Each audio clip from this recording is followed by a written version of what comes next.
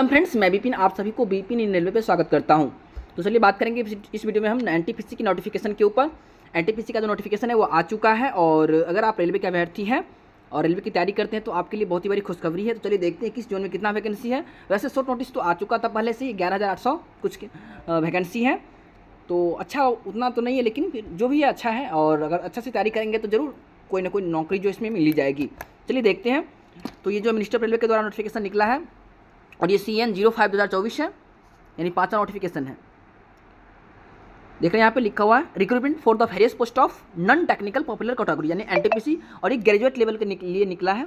अभी जो है नॉन ग्रेजुएट के लिए यानी कि अंडर ग्रेजुएट के लिए जो है एक अलग से नोटिफिकेशन निकलेगा और उसका अलग से फिर फॉर्म भी भरा है, यानी कि दोनों का अलग अलग इस बार फॉर्म का जो है प्रक्रिया है। पहले क्या था कि एक ही साथ फॉर्म भरना था, उसमें जो भी अपना जो पोस्ट था उसको प्रेफरेंस देना था। लेकिन इस बार क्या है कि ग्रेजुएट और अंडर ग्रेजुएट दोनों अलग अलग फॉर्म सबको भरना पड़ेगा। जो ग्रेजुएट है वो दोनों को भर सकते हैं, जो अंडर ग्रेजुएट है सिर्फ अंडर ग्रेजुएट वाले ही भर सकते हैं।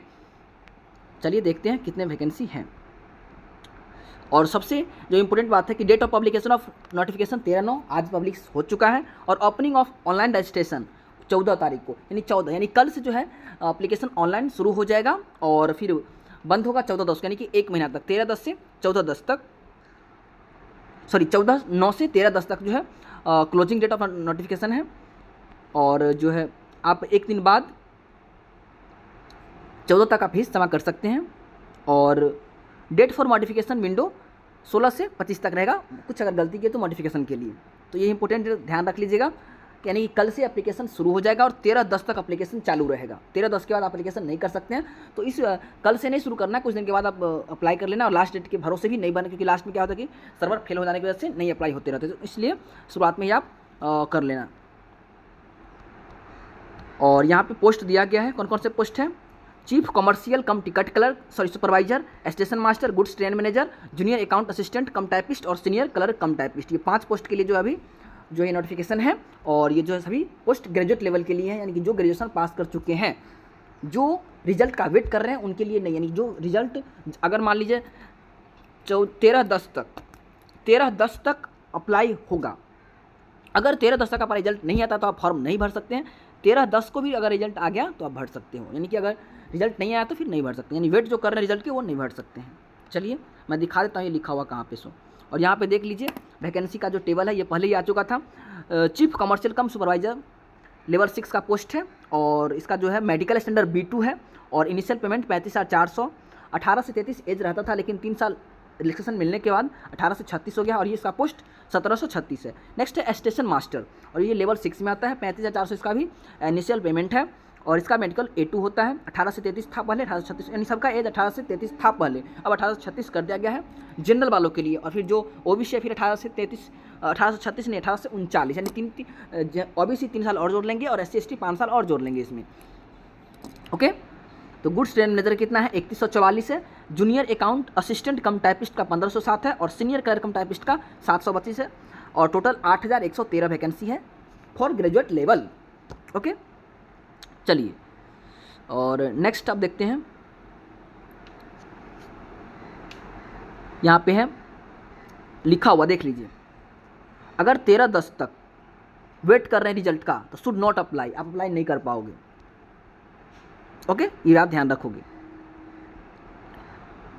यहाँ पे इंपॉर्टेंट बात है कि candidate should have their on mobile number valid and active personal email ID and keep the same active for the entire duration of recruitment at RRB shall send all recruited related communications only through SMS and email till the recruitment is completely over. RRB will not entertain any request for change of mobile number and email address at any stage.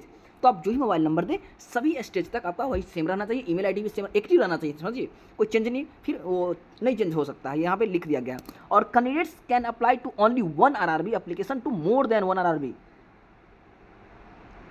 will lead to rejection of all applications. Any attempt to submit more than 1 applications by candidates against this CN shall result in disqualifications and debarment. कहा गया कि एक RRB से ही आप एक application डाल सकते हैं, दूसरे RRB से यानी कि एक आदमी 2 एप्लीकेशन नहीं डालेंगे। नेक्स्ट है the selection of RRB 1 exercise shall be final, यानी कि जो RRB करेगा वही फाइनल रहेगा।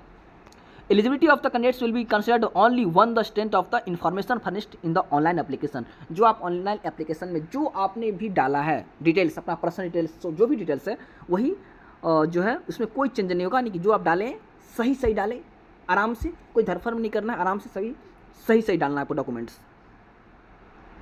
यहाँ पे अब देखिए एग्ज़ाम का जो है जो स्टेज है वो 2 स्टेज आपको पता ही होगा। CBT 1 होता है और CBT 2 होता है, यानी कि प्रीलिम्स और एक मेंस। उसके बाद फिर मेडिकल, उसके बाद फिर DV। तो यहाँ पे 90 मिनट्स का होता है एग्जाम और इसमें 40 नंबर GA, 30 नंबर मैथ और 30 नंबर रीजनिंग टोटल।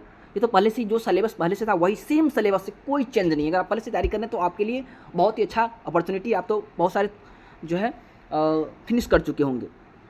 ओके, तो यहाँ पे और 1/3 नेगेटिव मार्किंग है। Candidates who as short listed for second stage CBT available the reservation benefits of CN।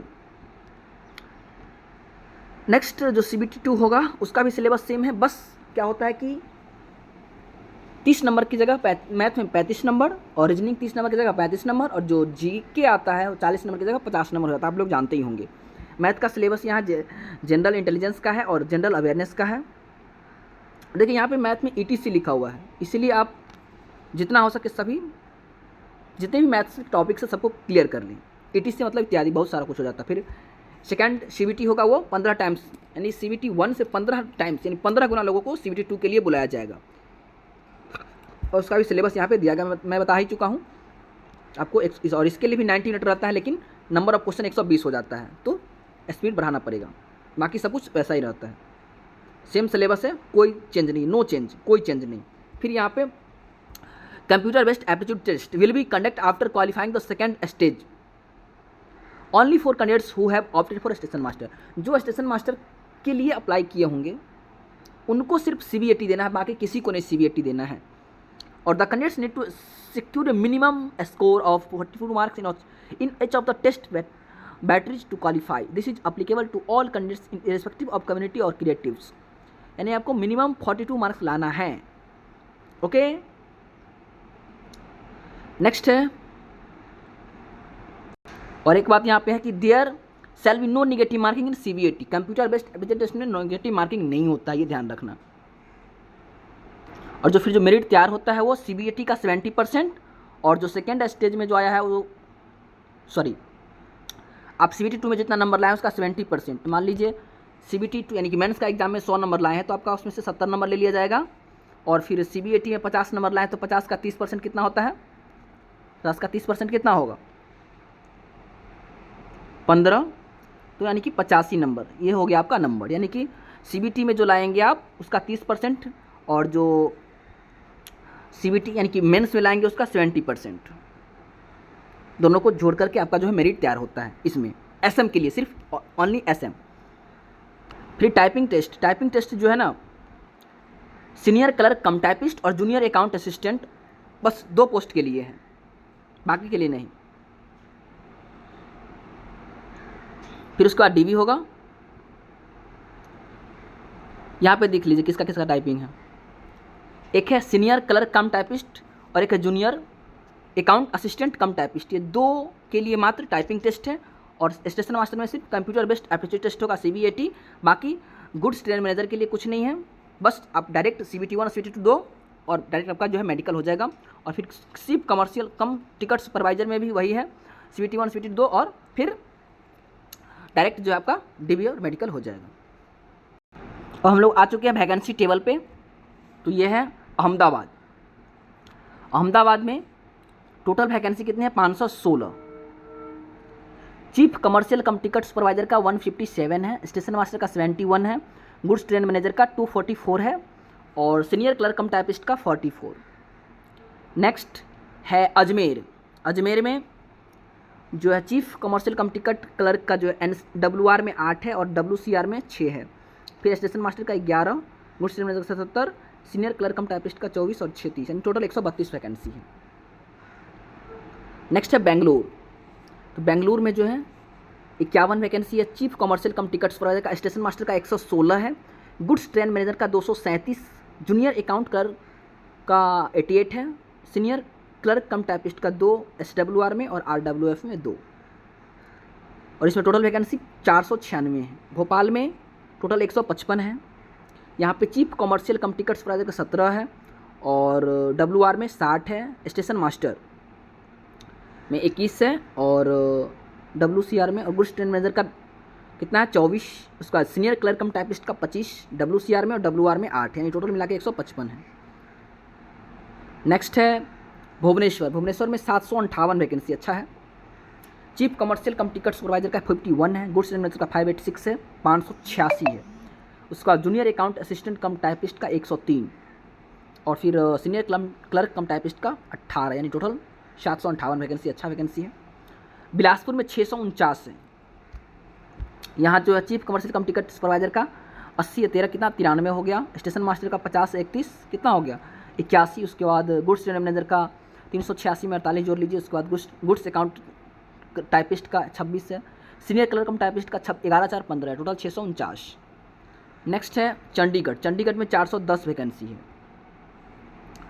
Chief commercial come ticket supervisor का 61, station master का 21, goods train manager का 69, एक junior account assistant का 189 है। देख अच्छा वैकेंसी, ये बहुत अच्छा वैकेंसी होता है, चंडीगढ़ में है। और सीनियर क्लर्क कम टाइपिस्ट का 70। उसके बाद चेन्नई में 436 है। उसके बाद गोरखपुर में 129 है। यहाँ सुपरवाइज़र का 59 पोस्ट है कमर्शियल सुपरवाइज़र का और ट्रेन मैनेजर का मात्र 61 है। जूनियर अकाउंट देखिए स्टेशन मास्टर को तो है ही नहीं गोरखपुर में, मतलब किसी को तो वैकेंसी ही नहीं है, क्या बोले। अब देखिए यहाँ पे गुवाहाटी में 516 है। यहाँ पे कमर्शियल सुपरवाइज़र का 27 है। स्टेशन मास्टर का 271, यहाँ 271 पोस्ट है स्टेशन मास्टर का। और गुड्स ट्रेन मैनेजर का देखिए 43 है मात्र। जूनियर अकाउंट असिस्टेंट कम टाइपिस्ट का बहुत अच्छा पोस्ट होता है, ये 143 है यहाँ। और सीनियर क्लर्क कम टाइपिस्ट का 32, टोटल 516 है। जम्मू श्रीनगर में 145 है। उसके बाद कोलकाता में देखिए भयंकर वैकेंसी है 1382। यहाँ तो चीफ कमर्शियल कम टिकट सुपरवाइजर का 409 में 114 जोड़ दीजिए, वाह 500 कितना हो गया 23 वैकेंसी है, बहुत अच्छा वैकेंसी है। फिर लेकिन स्टेशन मास्टर में कुछ है ही नहीं, 54 देख लो कितना 68 है। गुड्स ट्रेन मैनेजर में देखो बहुत कम है। फिर जूनियर अकाउंट असिस्टेंट कम टाइपिस्ट का है ठीक ये भी, और टोटल 1382 वैकेंसी है। फिर नेक्स्ट है माल्टा में 198 है, ज़्यादा नहीं है, थोड़ा ही है। फिर उसके बाद मुंबई में 827 है। यहाँ पे चीफ कमर्शियल कम टिकट सुपरवाइजर का देखिए CR हो गया, WR CR सब में मिला के जो है ना लगभग 90 और कितना होता है 24 कितना होता है 114 317 वैकेंसी है। तो 827 टोटल है, देख लीजिए आप जिस भी जोन से भरना चाहें भर सकते हैं। मुजफ्फरपुर में देखिए 2 ही पोस्ट है, बाकी सब पोस्ट ही नहीं है वहाँ, पता नहीं क्या है। 10 और 2 12, मात्र 12 वैकेंसी है, समझ सकते हैं। प्रयागराज में भी स्टेशन मास्टर का पोस्ट नहीं है, देखो 74 कमर्शियल सुपरवाइजर का है। गुड्स ट्रेन मैनेजर का 102 और जूनियर अकाउंट असिस्टेंट का 42 और सीनियर क्लर्क टाइपिस्ट का 9। उसका पटना है, पटना में तो वैकेंसी कम रहता ही है। अब देखो वहाँ पोस्ट ही नहीं है, स्टेशन मास्टर का पोस्ट ही नहीं है वहाँ, क्या है। रांची में 322 है। उसके बाद सिकंदराबाद में 478 है, यहाँ तो ठीक ठाक है तब पर भी। सिल्लीगुड़ी में 40 है। सिल्लीगुड़ी में टिकट सुपरवाइज़र का जो है वो 12 है और स्टेशन मास्टर का 6 है। गुड्स ट्रेन मैनेजर का 20 ओके, और सीनियर क्लर्क टाइपिस्ट का 2, मात्र 2 है। और JAA का पोस्ट ही नहीं है। तिरुवनंतपुरम में 174 है। चीफ कमर्शियल कम टिकट सुपरवाइजर का 51 है, ठीक ही है। यहाँ का टिकट सबसे कम जाता है तिरुवनंतपुरम का, भर सकते हो यहाँ भी। टोटल 8113 वैकेंसी है, जिसमें से बात करें हम कि अनरिजर्व का 3494 3494 है। SC का 1180, ST का 635 और OBC का 1994, मात्र 1994। EWS का 810, टोटल इतना हो गया। चलिए अच्छे से तैयारी करिएगा तो ज़रूर मिल ही जाएगा कोई ना कोई पोस्ट, और वैकेंसी बढ़ने की भी उम्मीद है, तो अच्छे से पढ़िए। और चलिए फिर से हम लोग मिलेंगे नए वीडियो में, तब तक के लिए जय हिंद जय भारत। और अब मेरे चैनल पे नए हैं तो प्लीज़ चैनल को सब्सक्राइब कर ले और दोस्तों के साथ शेयर भी कर दें।